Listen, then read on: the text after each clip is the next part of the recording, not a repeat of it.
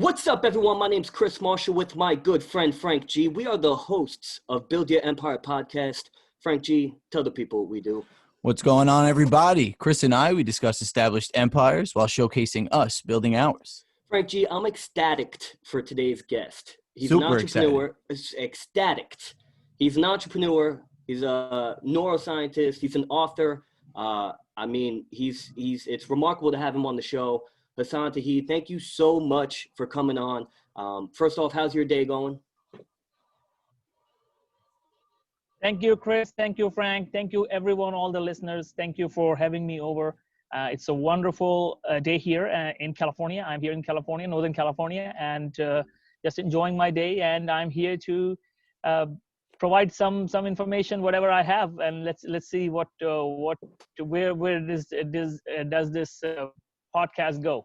Well, Hassaan, I certainly think you're going to be able to bring it. I mean, you ventured off in so many industries here. The fact that you're a two-time TED speaker is amazing. But why don't you give us a quick bio, origin story about yourself, and then from there, we're going to ask you some questions and extract value from you. Yeah.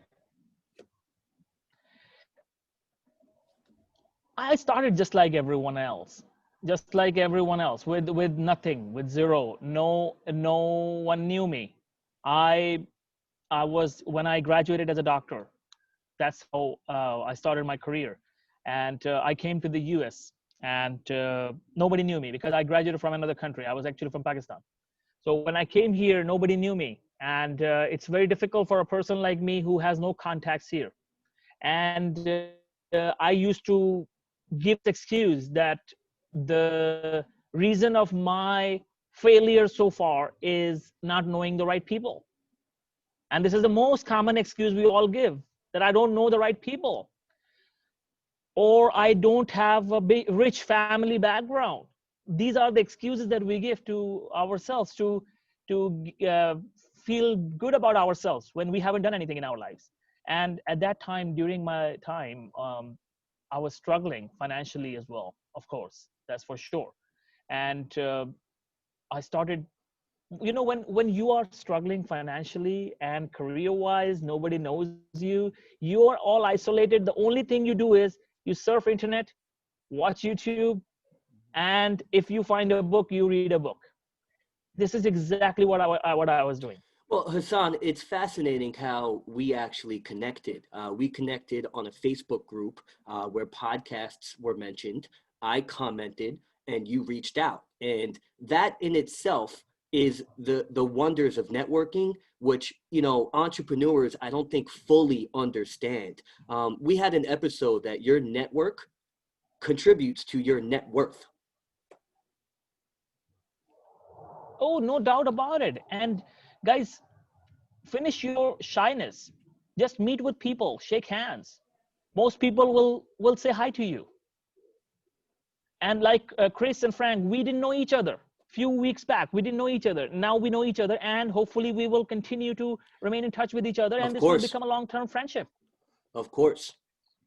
So just kill the shyness inside you of not talking to strangers, because when we were young, we were kids, our parents were telling us, don't talk with strangers, don't talk to strangers, don't meet with strangers, don't go there, don't talk with them. We subconsciously have this habit when we grow up. We are scared of strangers. So now you guys are grown up. You guys should now meet with people. If you send me a message personally, if I can be of any help, I'm always there. Same with Chris. He always replies. Same with Frank. I think we are always open. Well, Hassaan, it's amazing, right? Because now we're talking, I guess, the psychology of social media, which I want to hear your thoughts on, is that a benefit or a negative? Because it could lean and sway both ways. But, the way how we immediately answer people, I can tell how people don't. For example, if someone says happy birthday to someone and there's a bunch of posts, it hits different if you comment thank you than if you just ignore it or like it. I totally agree with you, what you said. And there are pros and cons of everything, just like there are pros and cons of a knife. A knife can be used to cut the cake for birthday, or to cut an apple and enjoy a good refreshing food or fruit. But the same knife can be used to hurt anyone. Same thing is with social media. It has positive aspect and it has negative aspect, and we encourage everyone to use it for positivity. It's a Make great friends, analogy. make good connections, positive connections, and give whatever you already have. One benefit of giving knowledge on internet, many people say, oh, why these people like Frank, people like Chris, people like Hassaan, they are providing knowledge to people they don't even know. Guys, the secret is when we provide value to others, we get more knowledge in the end. Because when you give something, it increases. Yeah, no, that absolutely. I mean, that all goes back to networking. I mean, exchanging value. You're more likely to get responses when you want to give people knowledge. I mean, your analogies, to be honest, that's something I've never heard before, and that's sticking with me. I think that like a knife could be used for many things, positive, negative, social media. I mean, look at social media led to this talk, and you seem very knowledgeable about, psychology. I'm very interested about your background in neuroscience. I studied psychology back, so I listened to your TED Talks, and for me, it really took me back to college. I mean, it was incredible. Thank you. So let me tell you how I started my career, and this will be Yeah. very inspiring for everyone. As I told you guys, I did not have any contact. Nobody knew me. So when nobody knows you, you have no contacts. What do? I tell you what, that could be a slight advantage for you. I've noticed immigrants typically, they just tend to work more, they believe more, they hustle more. And I mean, look at you. Well, thank you. It's all about the sense of responsibility. I learned a lesson during that time. I was surfing videos on YouTube, as I told you. One of the videos that I came across was of Brian Tracy. Brian Tracy in that video mentioned about responsibility, that most of us blame others and we don't take responsibility. The moment we take absolute responsibility of our life changes. At that moment of time, I started realizing that the problem was not that I did not have contacts, or I didn't know anyone, or I did not have money. The problem was I was not taking absolute responsibility of my life. I Therefore, was you weren't blaming applying others and I had yourself. excuse of every failure. Exactly. So then I started to engage myself and started to network. I started to call people, everyone I knew, that I'm looking for some position. How can I get it? And I approached everyone online. I applied for positions in psychology, psychiatry, and neuroscience as a researcher in different universities. And just make a guess, Chris, how many positions do you think I applied for before I got one yes? So, I'm a salesman, and a salesman, typically it's easy to get a job. I would imagine that field is incredibly competitive. I would say you probably applied 100 places and got called back by 10 and then got accepted by one. 300. 300. 3 times. I was close though. Yeah, of course. That's certainly you taking Think that maybe responsibility. most people think he applied for like 30, 40 positions. That's it. No, guys, that's not how the life works. Nature wants you to work a little harder, and one yes is coming. Every salesman knows this principle Yep. of law of averages. One yes is coming. So Well, keep that's what going. I just did, right? Is I based everything off conversion, and it's amazing to see that if I was to DM 100 celebrities, I bet you I would get 10 responses in return, especially in Instagram, considering Instagram is like 1990s email marketing from a response or open rate. But the normal average individual, they don't know this, and it's fascinating. Exactly. And they feel that my destiny is taking me nowhere and God is not supporting me, God is not helping me. No, guys, this is not true. Just play the game of numbers and try approaching Exactly. 100 people, try approaching 200 people. Keep doing it, you will get a yes. And I totally agree with you, Chris. If you're getting 10 responses out of 100, I think you are way more than most of us. because I would say two or three people reply to 100 messages. People have to be that patient. Of course. I mean, there's so many variables that go into it, but at the end of the day, it's strategy, it's wording, and of course, you have to present some sort of value in return. Otherwise, people won't answer you. Absolutely. This is very, very important, guys. If you want the percentage to be increased, let's say you are approaching 100 people, all 100 jobs, and nobody is replying to you. That probably means that your email message or the message that you are sending to them is kind of boring and is not providing any value to them. It's all about you. The moment you change the direction from all about you to all about that person, you will see at least 7 to 10 people will reply to you. I'm going to make a quick point before I hand it off to Frank G over here. But Hassaan, you're correct. So the way I would think, right, if I'm applying for 100 jobs and I really want a specific company, but they're not giving me a response, I would send a cake or cupcakes to the office or the CEO to open the door and get my name recognized, to at least then sell myself, because then I know I'll have the attention of the person I want. This is something amazing. This is going extra mile. And I totally agree with that. Although I have never tried this approach, but I was listening to a podcast the other day. I don't know who it was, but they were also talking about something that they sent some gifts to the company to get a sales appointment. And because of that, first of all, I think that was a woman. Yeah. What she did was she first explored about CEO, what CEO does, what CEO likes. So she found out somehow that he likes cheese or something. Smart. So she sent him a piece of cheese as a gift. And this guy was so fascinated, he gave her the appointment. And she closed the deal. That's the value prop. Yeah, I mean, Chris, Exactly, you even have your own story about that with Gary Vee. When you went to his wine store, you bought I think it was a Jets jersey or a hat. That is actually correct. I brought a Jets hat to give to Gary Vee, and I would never, Hassaan, I would never stay in line to wait on someone just to meet them. I just wouldn't, no matter who you are. But now I'm trying to get something, right? So I had to sell myself, but I put my resume in the hat, which he then later contacted me. This is amazing.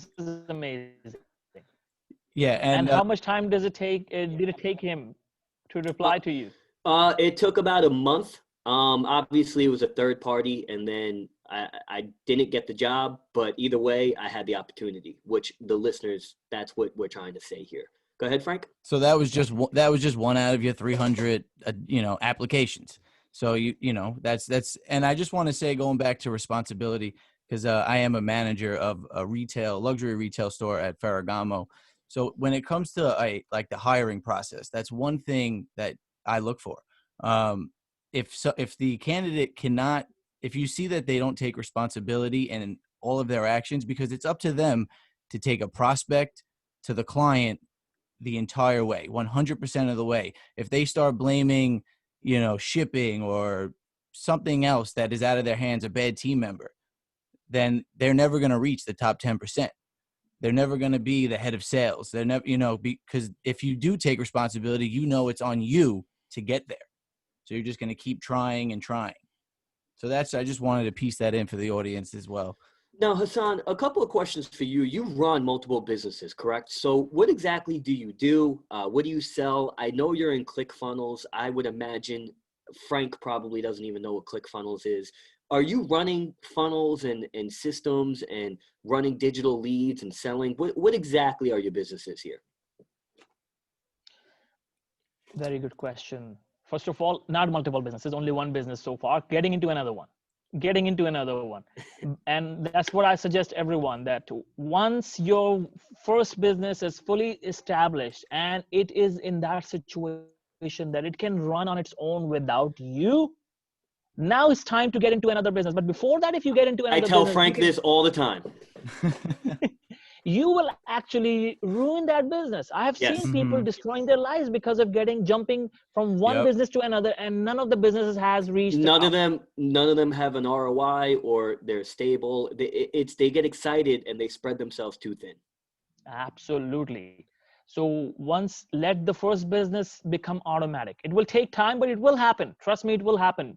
You will hire a CEO who will replace you one day. And now it's time for you to embark on a new journey and start a new business or sell that previous business. This is how you grow. And regarding the question about the ClickFunnels, so I don't yet use ClickFunnel. But for my next business, I am planning to do that because I have seen so many successful stories. I have read so Yes. many stories of how ClickFunnels has been instrumental. So I will definitely love to try that for my business. And even for this business, I will definitely try it. And right now we are working just with Facebook ads and all other approaches, the contacts. So we have been working in this way right now. So we didn't have a need, but all the other businessmen I meet with, they're telling me that if you are not on ClickFunnels yet, you are missing a lot. I see that as well. It just also seems like ClickFunnels or creating funnels for conversion, it's a lot of trial and error. Of course, money. But when you hit it, you're gonna bank on it. And the thing is, you need somebody to take care of it. As a CEO, you cannot do everything. You cannot do that. You have to find a person who you can delegate that task to. So let me, yeah. No, you continue. Yes, Frank, please. I'm done. No, this question may be premature just because we haven't gotten to your full story yet. But I'm curious because it seems like I would hire you as a salesman. You seem excellent in sales. You're an entrepreneur. You are a doctor, so you clearly went through the school. What is your ultimate career aspiration? Because it just seems like you could do it all. Nobody can do it all. Mm-hmm. Let me tell you guys, all the What a listeners, a response. secret. Nobody can do everything, and that's correct, Chris. And let me tell you the secret. Looks like I'm doing so many things, but if you look at me, my activities, whether it's public speaking, is always related to psychology, neuroscience. My speaking online, when I go online, I make my videos, I talk to my Facebook community, I'm talking about psychology of success. That's your niche. When I talk with my personal contacts, yes, exactly. So I'm talking about psychology of success. And when it comes to writing, I'm talking about psychology of success. And my business, although it is about writing, essay writing, research writing, data analysis, but even in that, if you see my videos, I'm mostly teaching about success psychology, how they can be successful. And the main core of the course is now taught by professional teachers. My domain remains the same. So looks like I'm doing so many things, but actually they are all branches of the same success psychology. Which is evident. It's clear. What is NLP? So that makes sense. Like coaching, my coaching, I am a coach, certified coach. So that coaching is also mindset. Yeah. NLP is also mindset. I'm NLP certified coach. So that's also mindset. No matter what you see, whatever I'm doing, it's always related to human mind somehow. That's it. So Hassaan, I'm sure you know that the coaching, the courses, the classes, it's a very saturated market, although there's still so much potential in it. And there's a lot of, I like to say, there's a lot of fraud, to be honest. There's a lot of 20-year-olds claiming that they could be a mentor and coach, yet they've never had a coach themselves, which is kind of ironic and an oxymoron. Have you ever had a mentor or a coach to kind of teach you and follow his ways here? Absolutely. I invested on a coach, although that wasn't for a long time. I invested on a coach, and I disagreed with many of the things he wanted. So I let that person go. But I did have a coach because I understand the importance of coach. And then the coaching now, after that, I am going through is I'm continuously getting courses inspirational, motivational courses. Even right now, I'm enrolled with the Brian Tracy University. So Brian Tracy is my virtual coach. All the time I'm listening to him. So you're still investing, I would say, a good amount of dollars in yourself seeking knowledge.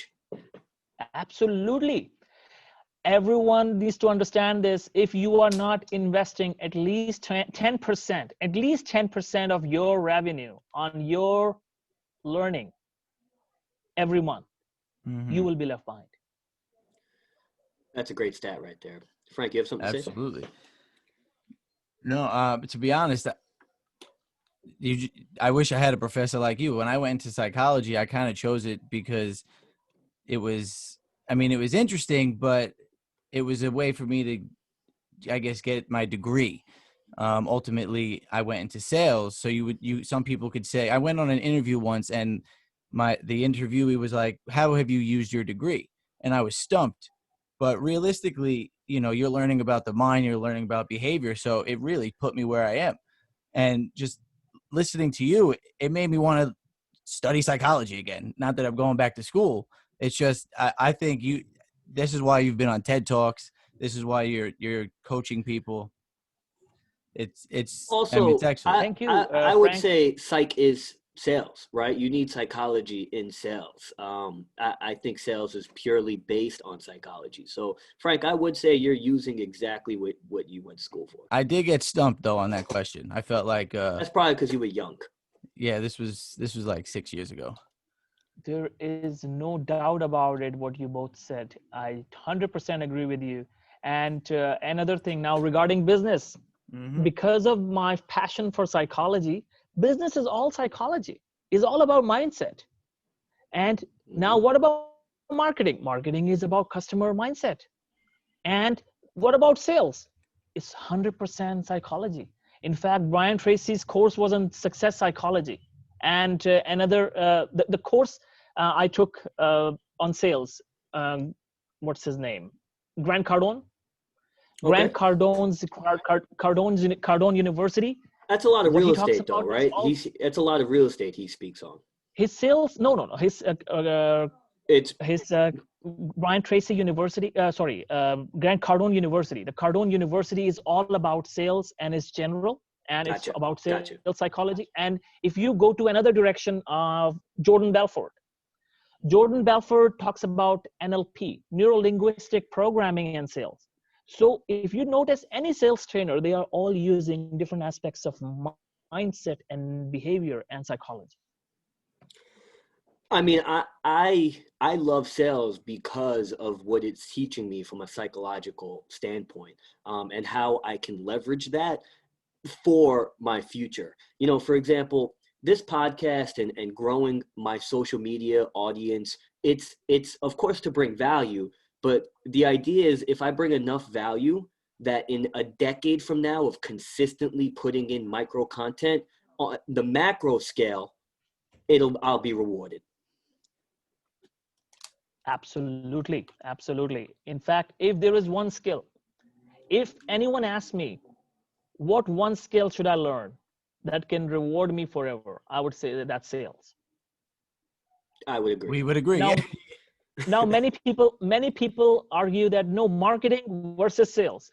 Marketing is more important. And the other day, two businessmen friends, they were arguing with me and they said, no, marketing is more important than sales. If you don't do marketing, you have nobody to talk to. So then that means it's 50-50. I said, no, absolutely not. I don't know, It's Hassaan. You give me a phone call and a phone book and I could sell something.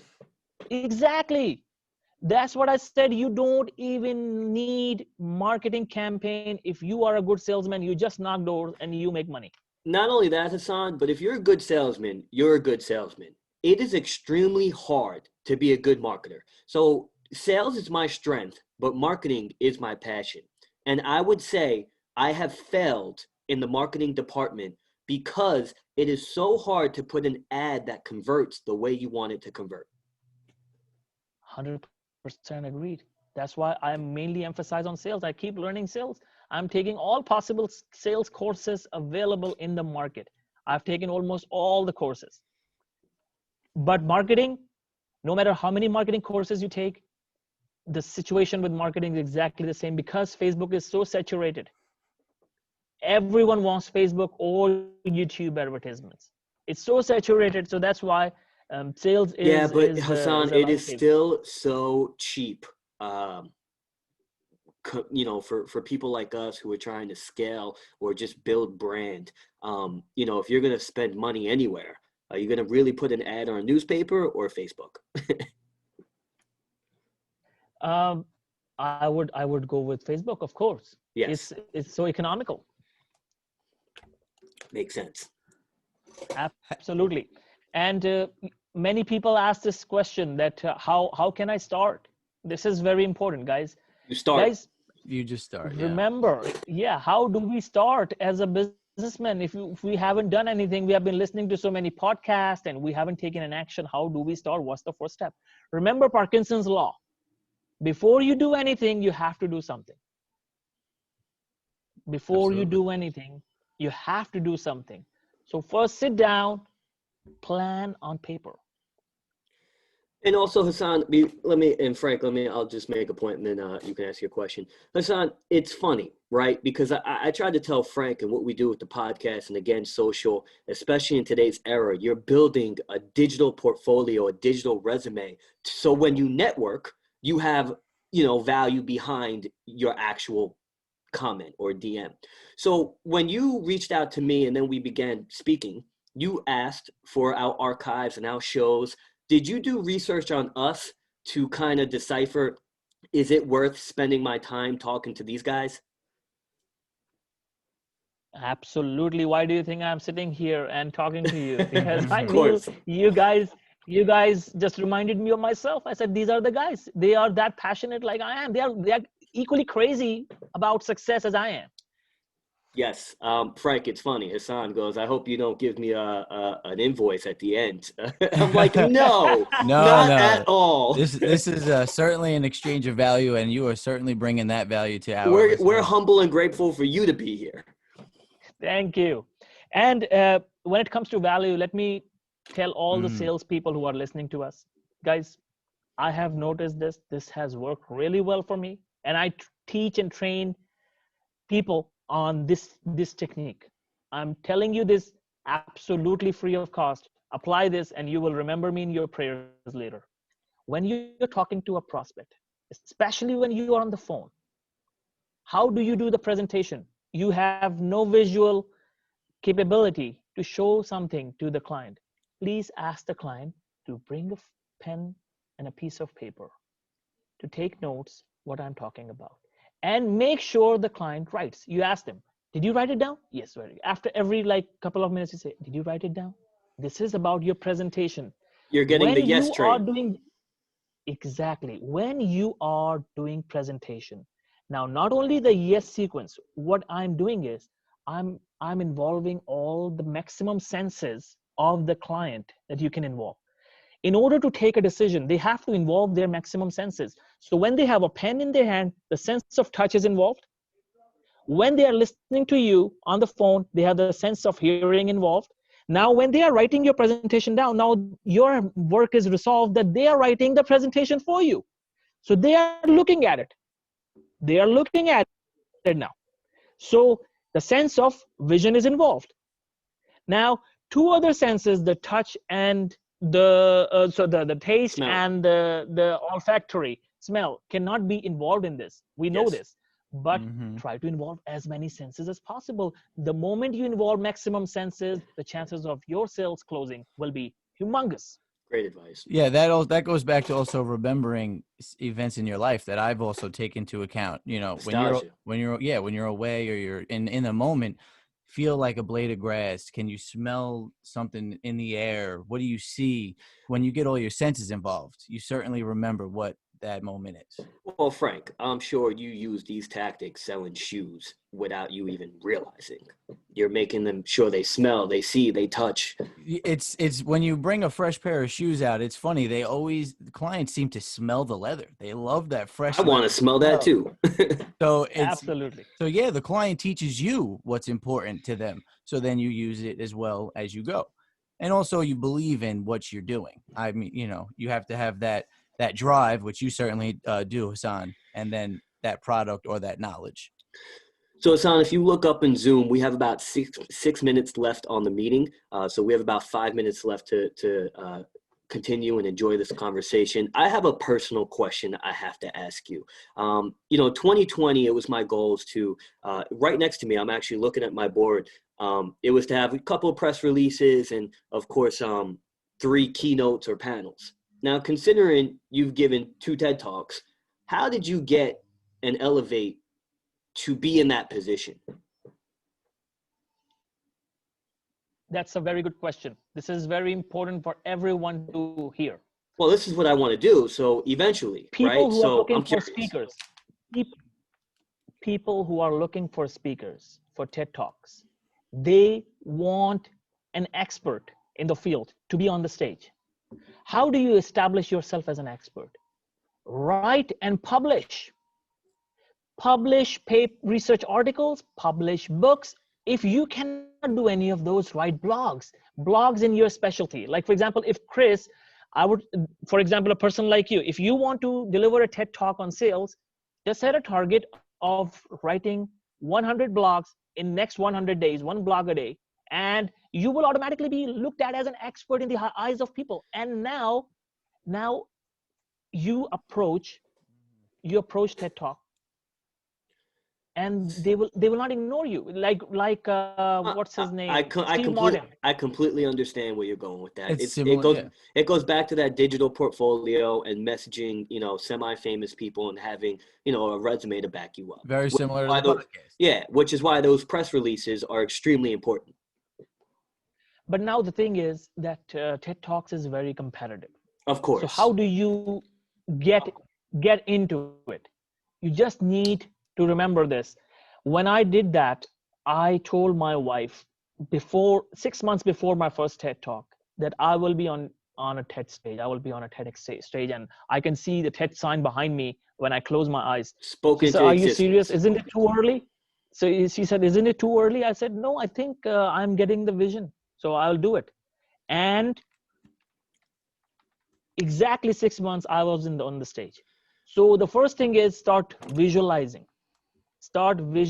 This is extremely important. People will call you crazy, people will laugh at you, but you don't need to tell this to anyone except you or the most trustworthy person in your life. So what's amazing is you're talking to us who have the similar mind state, and it's unfortunate that I believe we are the minority. Everything you said I agree with, that you speak it into existence, but the average Joe, I just don't think they believe that. Frank, you have a final question? Well, no, anytime we love to have guests like you and people who have accomplished, and any one of them have this mindset. So it is truly a key factor in success and for what you do.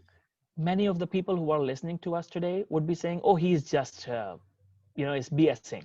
He is not real. It's not possible. If I start visualizing, it will become a reality." Guys, I did not say just visualize it. Visualize it and keep knocking the doors. Mm-hmm. So yes, I did approach, keep knocking doors, and it's a biblical phrase, I guess, that you keep knocking doors and you will find open doors. Well, Hassaan, it's very interesting that you say that, because our last episode, we linked depression to not having a vision or a purpose.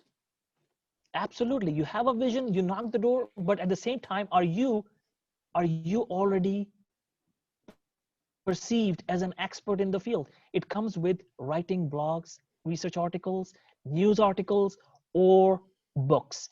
Write as many books as possible, as many things as possible. You need to publish them. Otherwise, nobody will look at you're knocking the door. Nobody will care. But if a person who has some credibility is knocking the door, people listen to that person. Hassaan, one last question before we end here. When you publish your work, do you self-publish it, or are you looking for a publisher? Because you can, it's very easy to go on Amazon, go on Kindle. Okay, good question. Very good question. So my publishing mainly in neuroscience field was research articles. So they are not self-published. I used to write papers. I used to submit it to the academic journals and they accepted it. And the reason of my first TED Talk was my academic article. And they asked me to deliver a TED Talk on the same topic.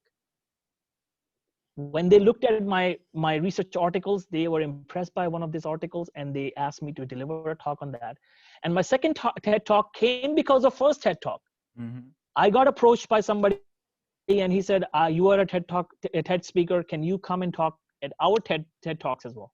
So once you are on TED talk, you will see automatically people approaching you. So you just need the first door to open. The second one happens automatically. This is what my observation is. Now, publishing research articles, you don't need self-publishing, but other things, the blogs, I wrote blogs on my website. So those are self-publishing. And the book, I got a Springer's contract. So I haven't yet published book self-published. I haven't done the self-publishing, but that's a very good option to do as well. Hassaan, we are running low here. We have about 30 seconds. We're going to close this out. Again, I am so grateful and humble having you on the show. You were absolutely amazing. Excellent. I hope you enjoyed the conversation as well. I look forward to, speaking, communicating, building our networks with each other. If you ever need anything from outside, always feel free to reach out. And thank you again. Thank you, Frank. Thank you, Chris. Pleasure talking with you guys. And thank you, everyone. Thank you, All Hassaan. right. Hassaan, you have a great day. Take care. You too. Thank you.